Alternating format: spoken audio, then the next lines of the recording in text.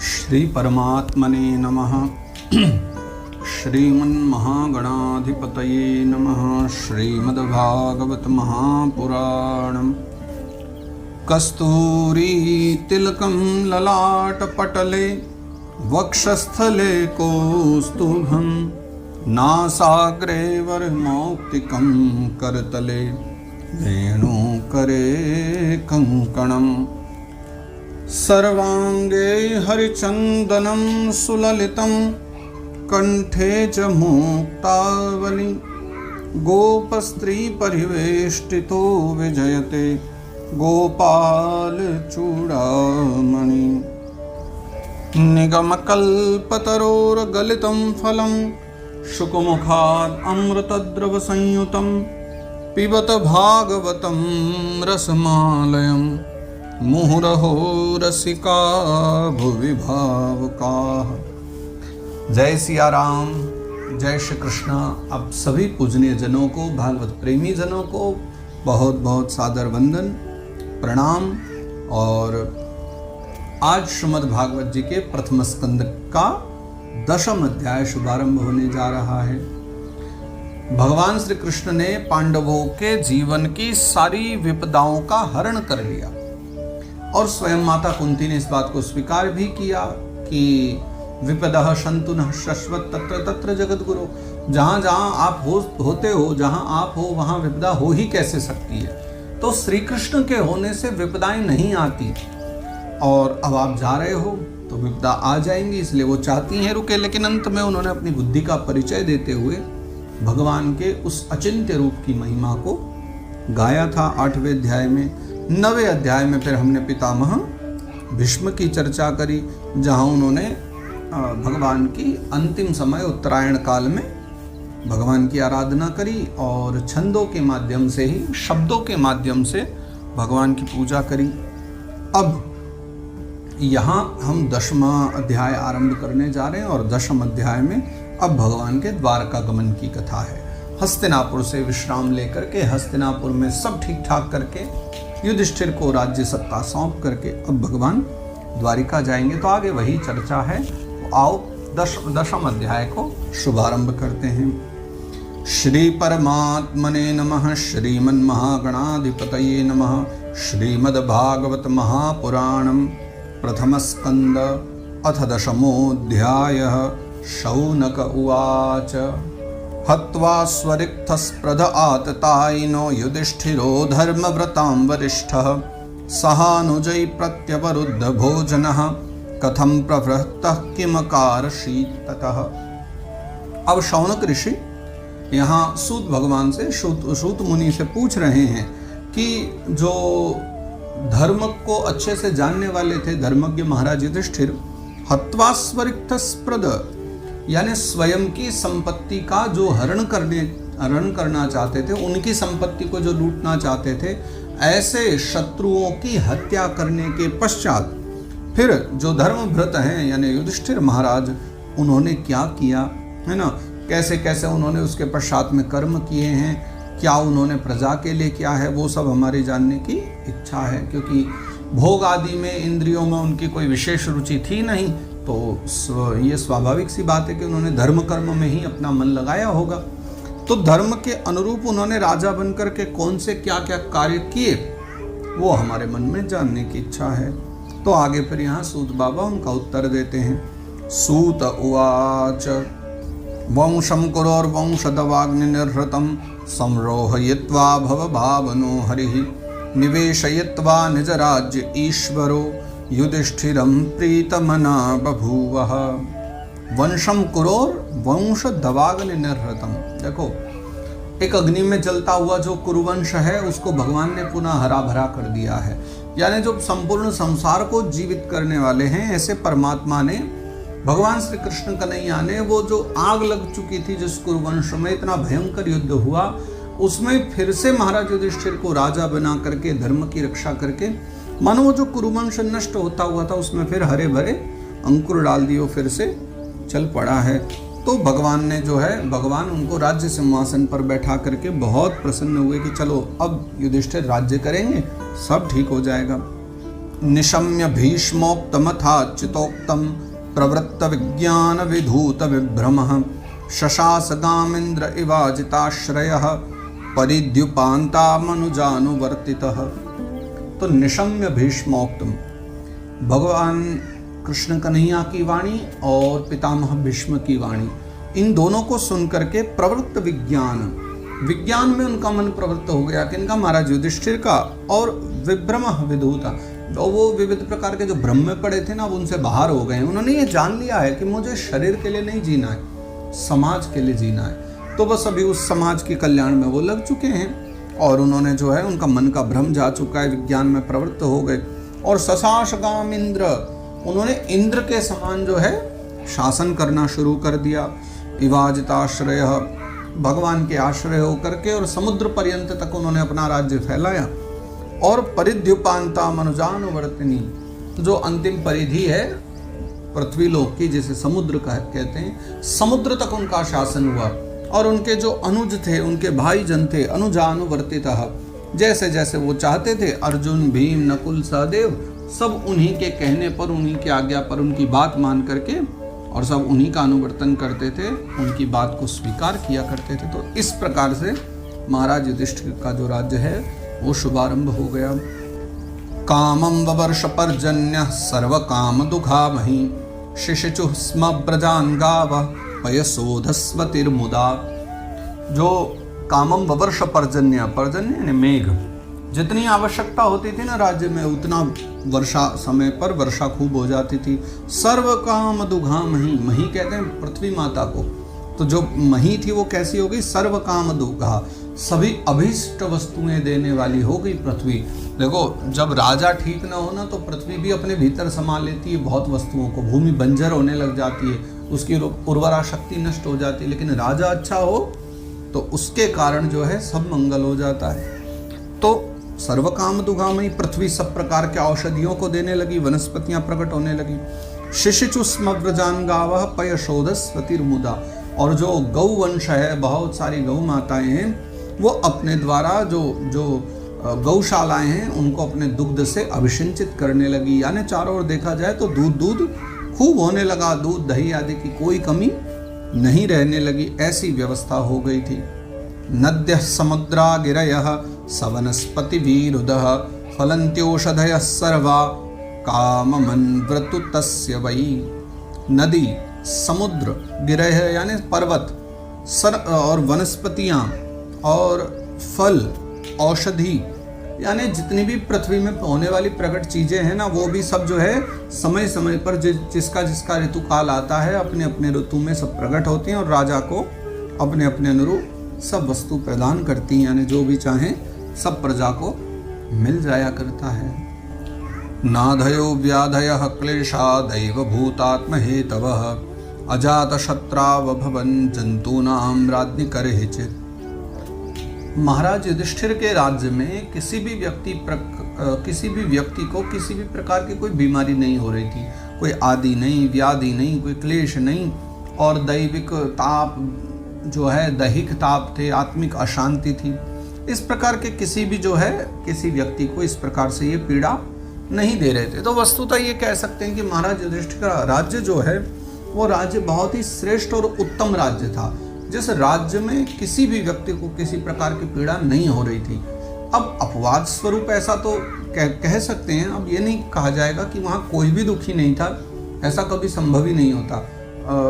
कैसा भी राजा हो, कितना भी अच्छा राजा हो, कुछ न कुछ अपने प्रारब्ध का भोग तो करते ही हैं।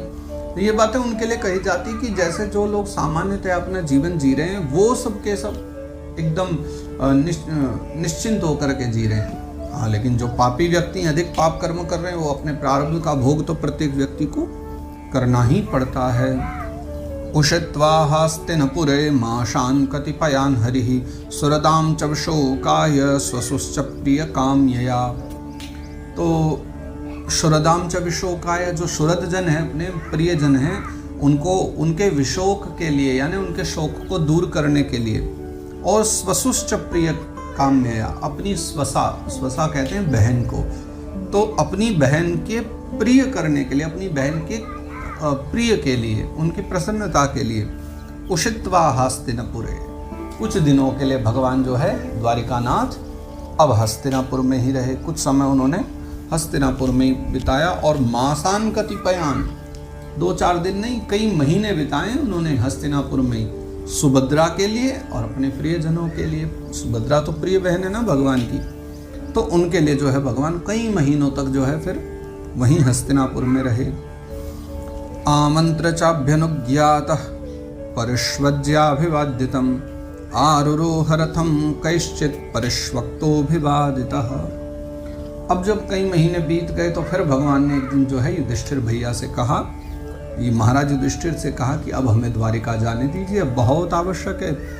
तो जब उन्होंने फिर ऐसी आज्ञा मांगी और उनको समझाया तो अनुमति मांगते ही राजा ने फिर क्या किया, परिष्वज्याभिवाद्यतम, और उनका अभिवादन करके हृदय से लगाकर आलिंगन किया भगवान का और हृदय से लगाकर उनको जाने की अनुमति प्रदान कर दी। और जब भगवान ने चलने की तैयारी करी, चलने लगे तो आरुरोह रथम, तो भगवान जैसे ही अपने जो है रथ पर चढ़े और रथ पर चढ़ने लगे तो लोग मिलने के लिए आ गए। तो कैश्चित् परिष्वक्तो अभिवादितः, तो कुछ ने आकर के गले लगाकर भगवान का सम्मान किया, प्रेम किया, कहा कि भाई जल्दी आना कन्हैया, फिर वापस, हे कृष्ण कन्हैया फिर पधारना। कुछ जो छोटे थे उम्र में बराबर वाले तो गले मिले, छोटे छोटे थे और पदवी में भी छोटे थे, और तो उन्होंने भगवान को दूर से जो है हाथ जोड़कर प्रणाम किया। तो भगवान ने सबके अभिवादन को स्वीकार किया।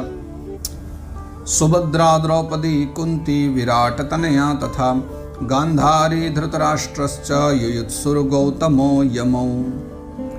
अब ऐसा हुआ कि जब चलने का समय आया और भगवान चलने लगे तो वहाँ कौन कौन खड़े हैं उसके बारे में बता रहे हैं। सुभद्रा भगवान की बहन, द्रौपदी सखी, कुंती माता कुंती, विराट तनया यानी कि उत्तरा, और गांधारी धृतराष्ट्र, गांधारी धृतराष्ट्र दुर्योधन के माता पिता दोनों, युयुत्सु गौतमो यमो यानी गौतमो और यमो, यानी गौतमो यहाँ पर जो शब्द प्रयोग किया गया है वो कृपाचार्य के लिए किया गया है। तो कृपाचार्य जो हैं वो भी वहाँ हैं, और उसके पश्चात में अगले श्लोक में भी कुछ लोगों के विषय में यहाँ पर बतलाया गया है। वृकोदरश्च धौम्यश्च स्त्रियो मत्स्य सुतादयः न से हिरे विमुह्यन्तो विरहम सार्ंगधन्वनः। इसके पश्चात में वृकोदर यानी भीम, धौम्य नामक ऋषि हैं, जो बहुत सारी स्त्रियां हैं, मत्स्य सुतादय, मत्स्य सुता कौन है, सत्यवती, वो भी वही हैं। तो न से हिरे विमुह्यन्तो, फिर ये सब लोग जो वहाँ खड़े हैं ये कोई भी भगवान कृष्ण का विरह नहीं सह पा रहे हैं। इसलिए क्या हो रहा है कि विरहम शांगधन्वन, सबके सब भगवान शांगधन्वन यानी भगवान कृष्ण सब उनके विरह में बार बार मूर्छित से हो रहे हैं। उनको अच्छा ही नहीं लग रहा है भगवान के जाना, चाहते हैं भगवान यहीं रुक जाएं। सत्संगान मुक्त दुस्संगो हातुम नोत्सहते बुधः कीर्त्यमानम यशो यस्य सकृदा कर्ण्यरोचनम। एक बार सत्संग में पड़ जाने से जो व्यक्ति दुस्संग से मुक्त हो गया है, सत्संगान मुक्त दुस्संगो, जो सत्संग के द्वारा दुस्संग से, गलत संगति से मुक्त हो गया है, और कीर्त्यमानम यशो यस्य सकृदा कर्ण्यरोचनम, जिसने फिर एक बार भगवान के यश का गायन कर लिया या अथवा एक यश का कीर्तन कर लिया, जिसने सुन लिया है भगवान के यश को, तो फिर वो जो है ना वो फिर भगवान से दूरी सह नहीं सकता। फिर एक बार किसी का कथा में मन लग जाए या तो लगेगा ही नहीं, और एक बार लग जाए तो प्रीति इतनी हो जाएगी कि व्यक्ति उनके बिना नहीं रह पाता, उसको वो चीज़ बड़ी प्रिय लगने लगती है। फिर तो उसका प्रयास ही रहता है कि जब अवसर मिले तब मैं श्रवण करूं। वो बार बार उसी ओर चलने लग जाता है, बार बार उधर ही जाता है। तस्मिन्यस्तधियः पार्था सहेरन विरहम कथम दर्शन स्पर्श संलाप शयनासन भोजनैः। तो व्यक्ति तो कल्पना भी नहीं कर सकता कि एक बार कथा मिल जाए उसके बाद कभी जीवन में न मिले, उसे तो बार बार वो चाहिए। तो विचारने की बात है कि ये जो अर्जुन आदि हैं, भीम है, नकुल सहदेव है, युधिष्ठिर महाराज हैं, ये भगवान का विरह कैसे सह सकते हैं, क्योंकि वो तो दर्शन स्पर्श संलाप शयन आसन भोजन ये सब साथ ही करते हैं। नित्य का दर्शन होता है, स्पर्श होता है, निकट बैठते हैं, मिलते हैं, साथ में खेलते हैं, शयन आदि होते हैं, आसन पर बैठना है, भोजन करना है, ये सभी कर्म उनके लगभग साथ ही होते हैं। तो सदा साथ रहने वाले, मिलने जुलने वाले अब वो सब पांडवजन भगवान का विरह कैसे सह पाते, इसलिए सब विरह में पड़ गए हैं उसी समय। सर्वे ते निमिषैरक्षैस्तमनुद्रुत चेतसः विक्षन्तः स्नेह संबद्धा विचेलुस्तत्र तत्रः। और सबकी जो आंखें हैं ना वो निर्निमेष हो गई हैं, यानी उनकी पलकें नहीं झुक पा रही हैं। उन्हें आंखों को भय हो गया कि पलक झपकते कहीं कृष्ण न दिखने बंद हो जाएं, चले न जाएं।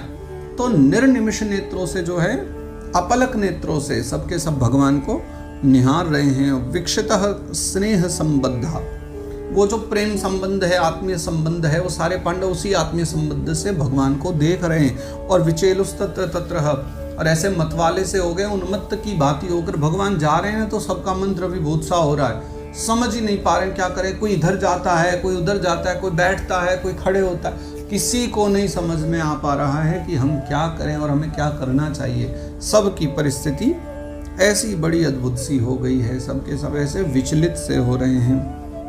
निरुन्धन्नुद्गलद्वाष्पमोत्कण्ठ्याद्देव की सुते निर्यात्यकारान्नो भद्रमितिष्याद् बान्धवस्त्रियः।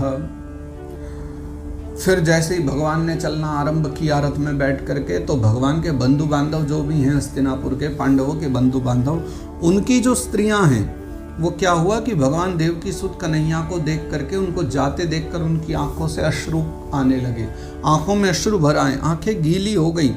लेकिन निर्यात्यकारान्नो भद्र इति स्याद् बान्धवस्त्रियः, लेकिन कहीं ऐसा ना हो, उन्होंने सोचा कि हमारे आंसू टपकने से कहीं अपशकुन न हो जाए, जाते समय हमें रोना ठीक नहीं है। इसलिए उन सब ने जो है अपनी बड़ी कठिनता के साथ, लेकिन अपने जो बहते हुए आंसू थे उनको रोक लिया और मुस्कुराते हुए ही सब भगवान को विदाई देना चाह रहे हैं। मृदंग शंख भैर्यश्च वीणा पणव गोमुखाः दुंधुर्यानक घंटाद्याने दुर्दुंदुभयस्तथा। और जैसे भगवान का रथ फिर चलने को तैयार हुआ, उसी समय वहां विविध प्रकार के बाजे बजने लगे। मृदंग यानी मृदंग बज रही है, शंख भैर्यश्च शंख बज रही है, और भेरी बज रही है, वीणा बज रही है, और पणव, पणव कहते हैं ढोल को, तो ढोल बज रहा है। और गोमुखा, गोमुखा कहते हैं नरसिंह को, जो नरसिंह बजाया जाता है ना, तो गोमुखा नरसिंह बज रहा है। धुंधुरियानक यानी धुंधी, और धुंधुरी जिसे कहते हैं, धुंधुरी एक वाद्य है, वो बज रहा है। घंटा बज रहा है, और आनक यानी नगाड़े बज रहे हैं।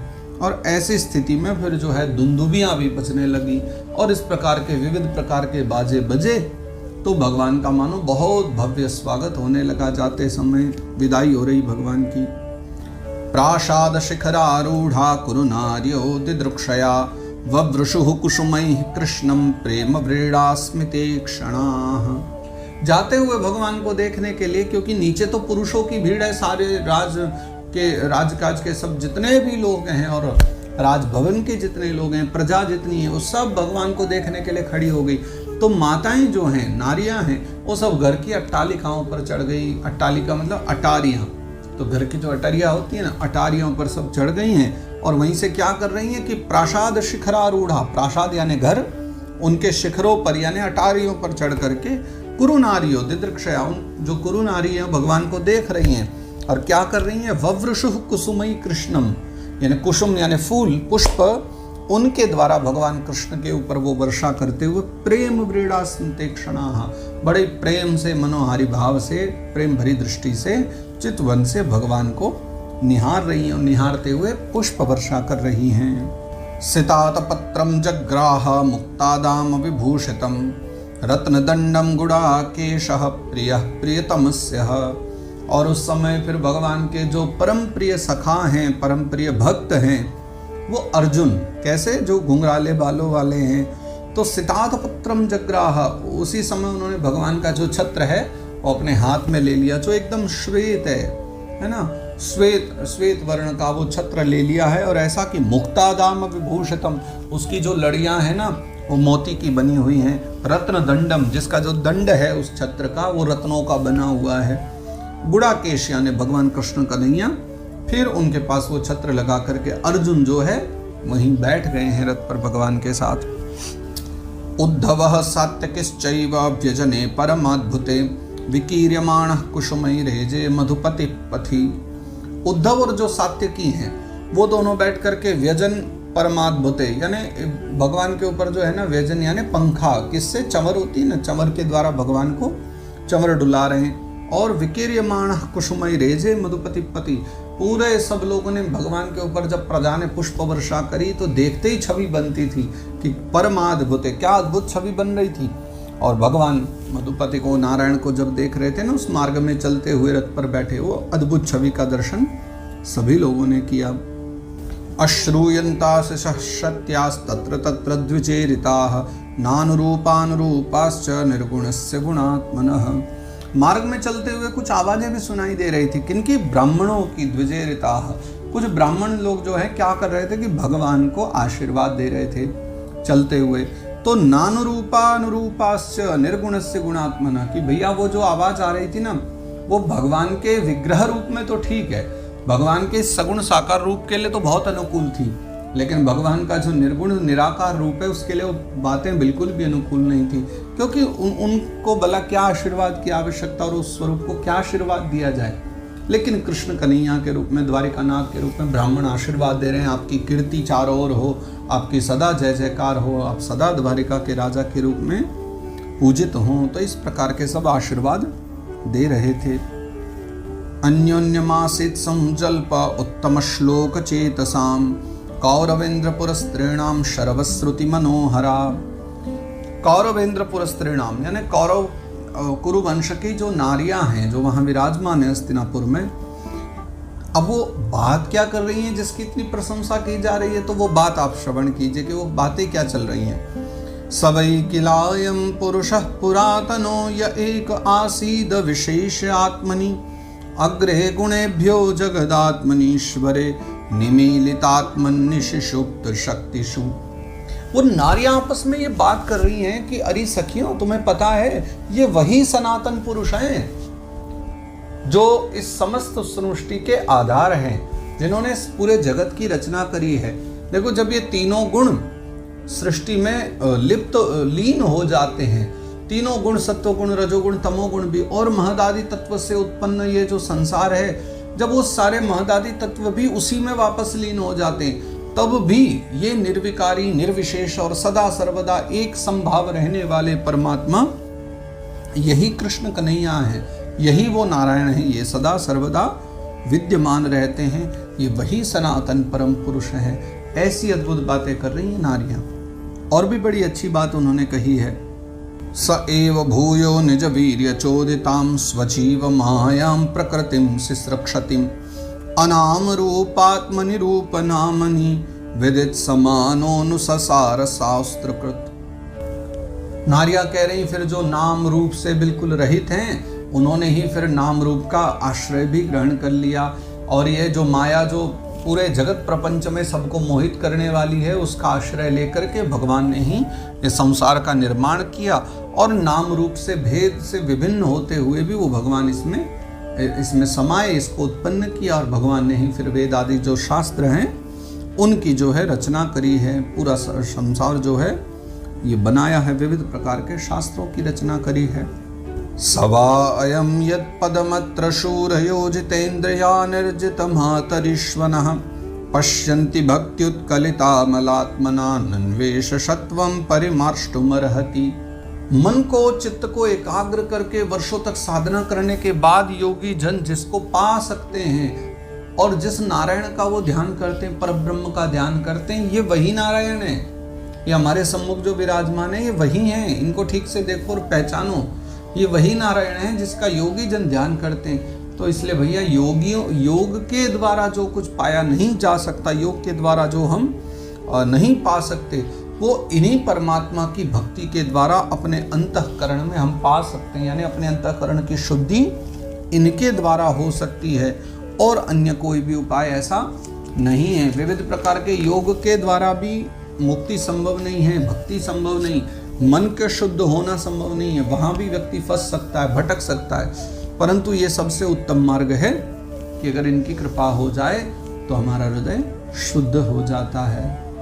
सवा अयम सख्यनुगीत सत्कथो वेदेषु गुह्येषु च गुह्यवादिभिः य एक ईशो जगदात्मलीलया सृजत्यवत्यत्ति न तत्र सज्जते। अब नारियां कह रही हैं कि वस्तुतः ये वही परमात्मा है जिनका वेद व्यास आदि ऋषियों ने और वेद व्यास आदि ऋषियों ने शास्त्रों में वर्णन किया, पुराणों में वर्णन किया और बहुत सारे गोपनीय स्थानों पर भी रहस्यमयी प्रकार से इनकी कथाओं का, लीलाओं का जो वर्णन किया वो यही है।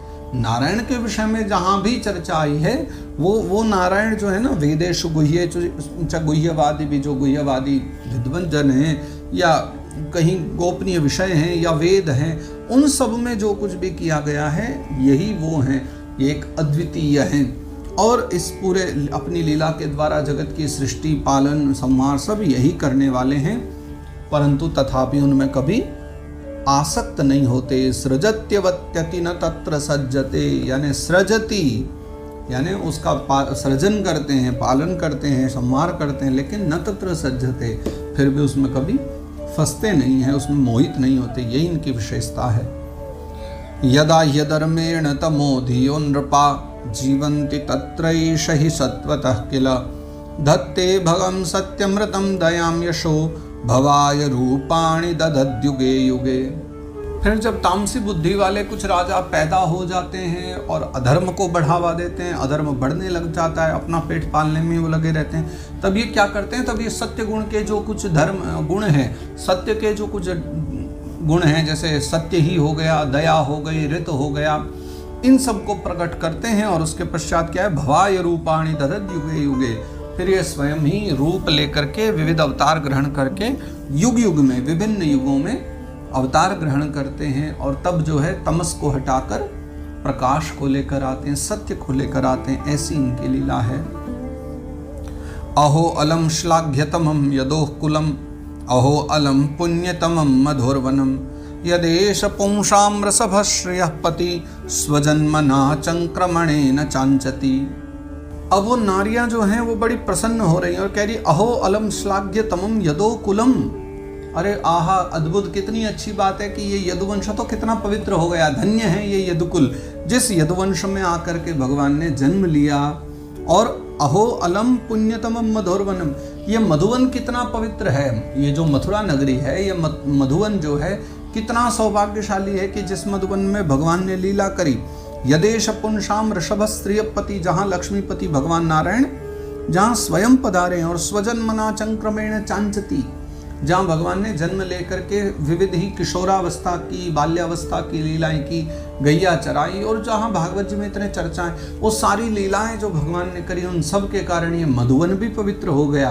और उनके अवतार के कारण ये यदुवंश जो है ये भी पवित्र हो गया, क्योंकि अब आने वाले समय में सभी यदुवंश की महिमा को गाया करेंगे।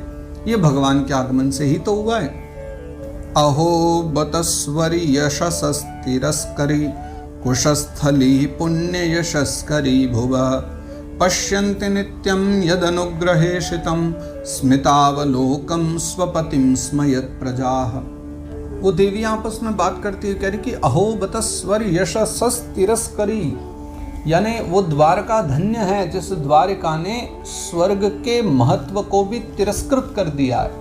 ये द्वारिका जो प्रकट हुई है ना हमारे यहाँ भारतवर्ष में, इसके होने से स्वर्ग का भी तिरस्कार हो रहा है, स्वर्ग की भी वो महिमा नहीं बची है जो महिमा अब इसकी बची हुई है। और क्यों ना हो, जहाँ भगवान साक्षात द्वारिकाधीश कृष्ण कन्हैया है, जो सदा सदा मंद मंद मुस्कुराते हुए अपनी प्रजा को निहारते रहते हैं। स्मितावलोकम स्वपतिम स्मयत प्रजा, जो अपनी प्रजा को देखते हैं, प्रजा जिनको सदा प्रसन्नता से देखते रहती। ऐसे राजा और प्रजा का प्रेम जहाँ है, ऐसी अनुकूलता जहाँ है जिस राज्य में, उससे अच्छे सौभाग्य की बात क्या होगी। इसलिए धन्य है वो द्वारिका नगरी जहाँ ठाकुर जी अपनी लीला कर रहे हैं परमात्मा।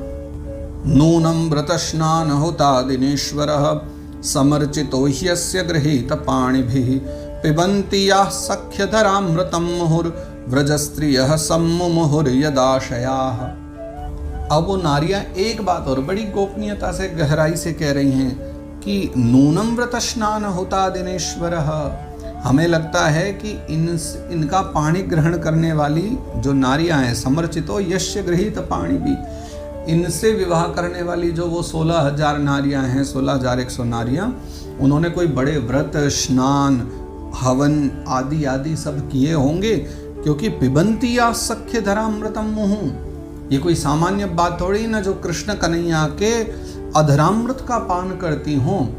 ये सौभाग्य भला कैसे मिला होगा? उन्होंने कोई बड़े बड़े पुण्य तप आदि तो किए होंगे। व्रजस्त्रिय सम्मोहर यदाशया, भगवान के जिन अधर कमलों का विचार करने मात्र से जो व्रजस्त्रिय, जो गोपियां हैं, वो मतवाली हो जाया करती थी, जो भगवान का दर्शन करके ही और जो है आनंद से मूर्छित हो जाया करती थी।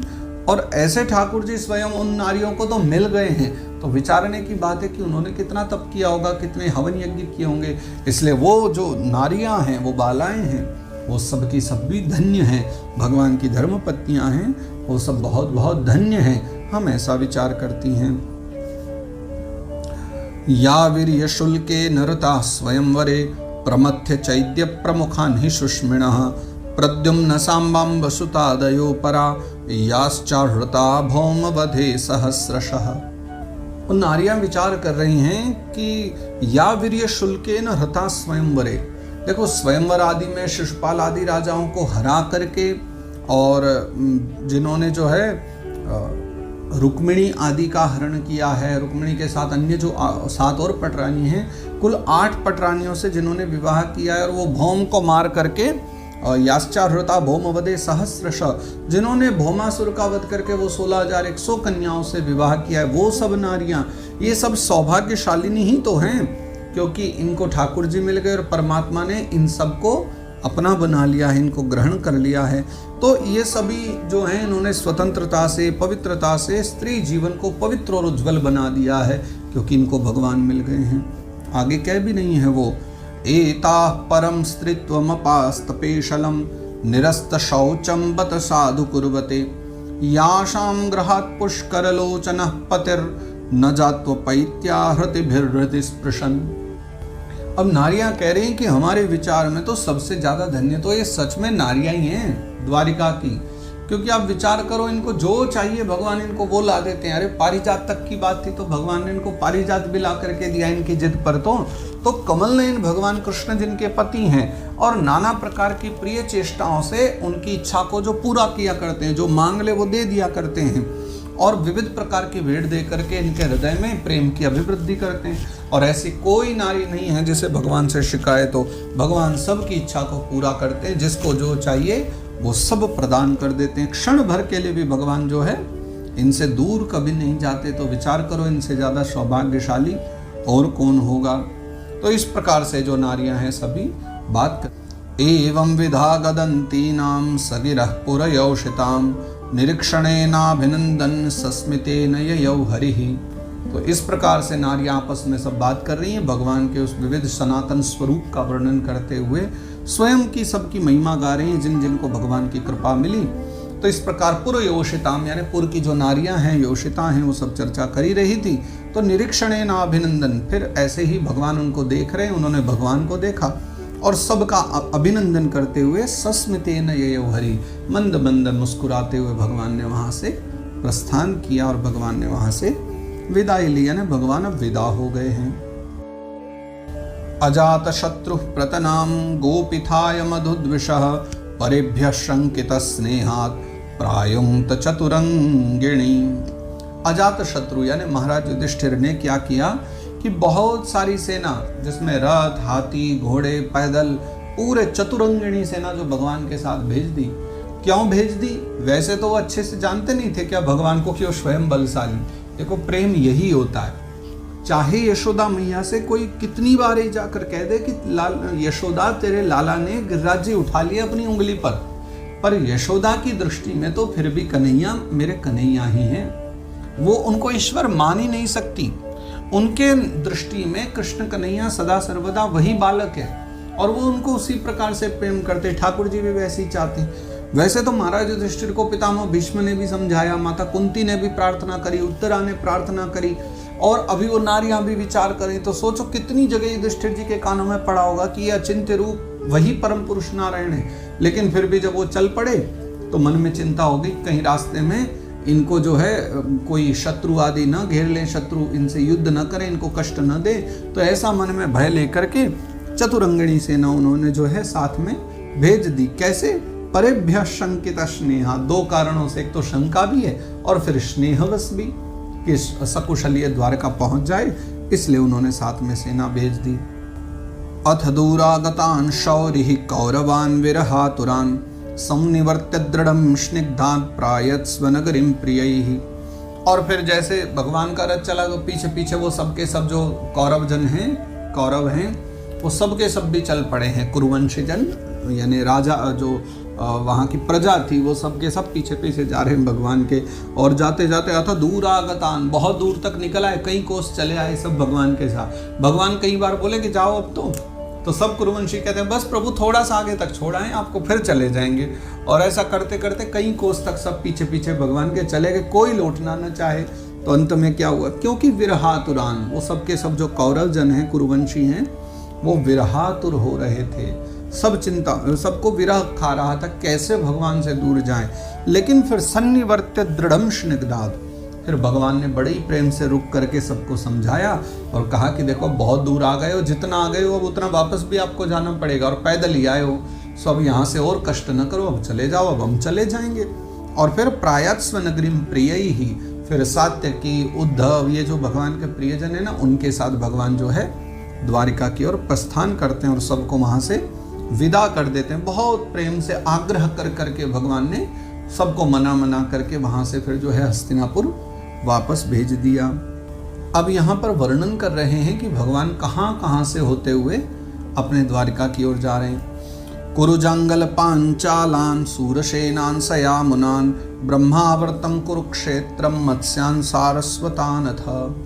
कहाँ कहाँ से भगवान चले जा रहे हैं, कुरुजांगल यानी कुरुजांगल देश से, पांचालान यानी पांचाल देश से जहाँ की द्रौपदी है, और शूरसेनान सूरसेन देश से, सयामुनान यानी यमुना के तटवर्ती जो देश है, यमुना के तट पर बसे उन स्थानों में चले गए।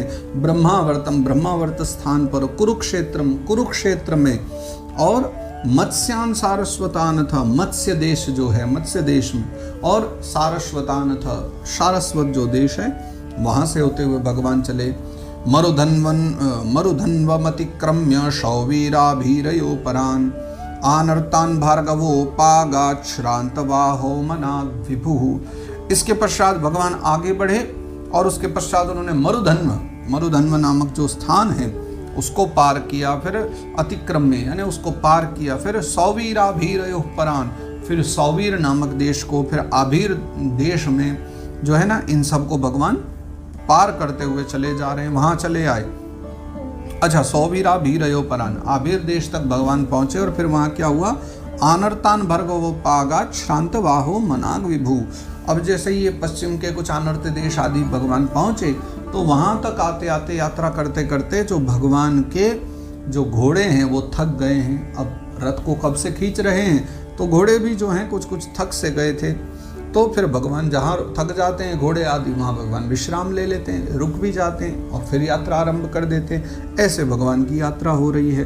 तत्र तत्रह तत्रत्यैर्हरिः प्रत्युद्यतार्हणः सायं भेजे दिशं पश्चात् गविष्ठो गांगतस्तदा। और उसके बाद फिर उनकी यात्रा चल पड़ी। तो जैसे जैसे वो आगे बढ़ते चले जा रहे हैं, लोग जगह जगह है जो लोग भगवान से मिलने आते हैं, उपहार लेकर आते हैं। द्वारिका के राजा आ रहे हैं तो सब भगवान को उपहार देते हैं। और जैसे जैसे नित्य चलते चलते फिर जहाँ सायंकाल हो जाती है वहीं भगवान रुक जाते हैं, रथ से उतर करके संध्या वंदन आदि करते हैं। तो इस प्रकार भगवान जो है द्वारिका की यात्रा कर रहे हैं। और इस प्रकार से 36 श्लोकों में ये जो 10वां अध्याय है प्रथम स्कंद का वो गाया गया है। और यहीं पर भगवान की यात्रा के साथ ही 10वां अध्याय को विश्राम दिया है। जय जय श्रीमद्भागवते महापुराणे पारमहंस्यां संहितायां प्रथमस्कन्धे नैमिषोपाख्याने श्रीकृष्ण द्वारकागमनं नाम 10मोऽध्यायः। तो इस प्रकार श्रीमद्भागवत जी महापुराण में परमहंस संहिता के प्रथम स्कंद में नैमिषोपाख्यान और कृष्ण द्वारकागमनम, भगवान श्री कृष्ण के द्वारकागमन नामक यह जो 10वां अध्याय है इसको गाया गया है। तो भगवान की द्वारका गमन की यात्रा के साथ ही आज के सत्र को यहाँ विश्राम करें और कल से 11वें अध्याय में जब शुभारंभ करेंगे तो 11वां अध्याय श्रवण करेंगे, जहाँ भगवान द्वारिका पहुँचेंगे और वहाँ भगवान का बहुत दिव्य राजोचित स्वागत होता है। आगे के भागों में फिर हम वो दर्शन करेंगे और जानबूझ करके ही हम वीडियो थोड़ी थोड़ी छोटी बनाया करते हैं, क्योंकि एक ही साथ हम एक अध्याय तो कर ही लेते हैं रिकॉर्ड और चर्चा कर ही लेते हैं एक अध्याय की, लेकिन फिर भी हम चाहते हैं कि अधिक से अधिक लोग आप इसको सुने, तो ज़्यादा समय ना दे पाओ, क्योंकि एक ही दिन में एक अध्याय कर देंगे तो कम से कम 1.5 घंटा आपको बैठना पड़ जाएगा। तो हम चाहते हैं नित्य थोड़ा थोड़ा सुने, इसलिए 10-10, 12-12, 15 मिनट बस इतना ही हम रोज़ थोड़ा थोड़ा भाग वहाँ भेज रहे हैं आप सभी तक। तो आप नित्य श्रवण करते रहो, भागवत जी के मूल तत्व की चर्चा यूं ही हमारी जारी रहेगी। श्री कृष्णार्पणमस्तु, श्री कृष्णार्पणमस्तु, श्री कृष्णार्पणमस्तु। श्री गोवर्धननाथ की जय।